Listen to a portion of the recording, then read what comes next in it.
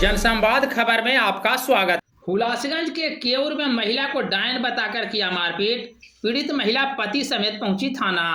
दरअसल मामला हुलासगंज थाना क्षेत्र के केऊर गांव का है, जहां महिला को डायन बताकर मारपीट का मामला प्रकाश में आया है। इस संदर्भ में पीड़ित महिला माधुरी देवी शिकायत को लेकर हुलासगंज थाना पहुंची है, जहां पुलिस से सुरक्षा की गुहार लगाई है।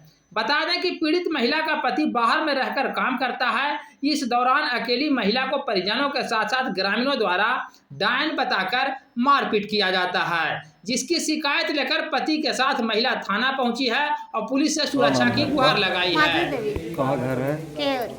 कहाँ समस्या हुआ, क्यों थाना में है?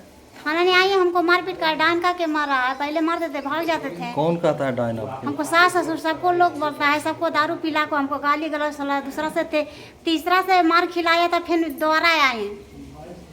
तीसरा बार हो गया सर। तीसरा बार ने एक बार गए हैं प्रशासन, वो बोल दिए कि चलिए हम पकड़ के लेके महिला को मारपीट करता है, तो लेडीज लोग नहीं गए हैं। तो कौन कौन मारा आपको?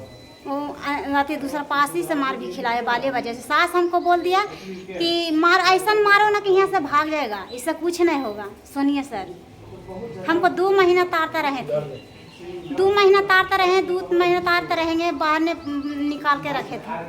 तारते रहे? हाँ, तारते घर से निकाल दिए थे, बिक दिए थे बर्तन।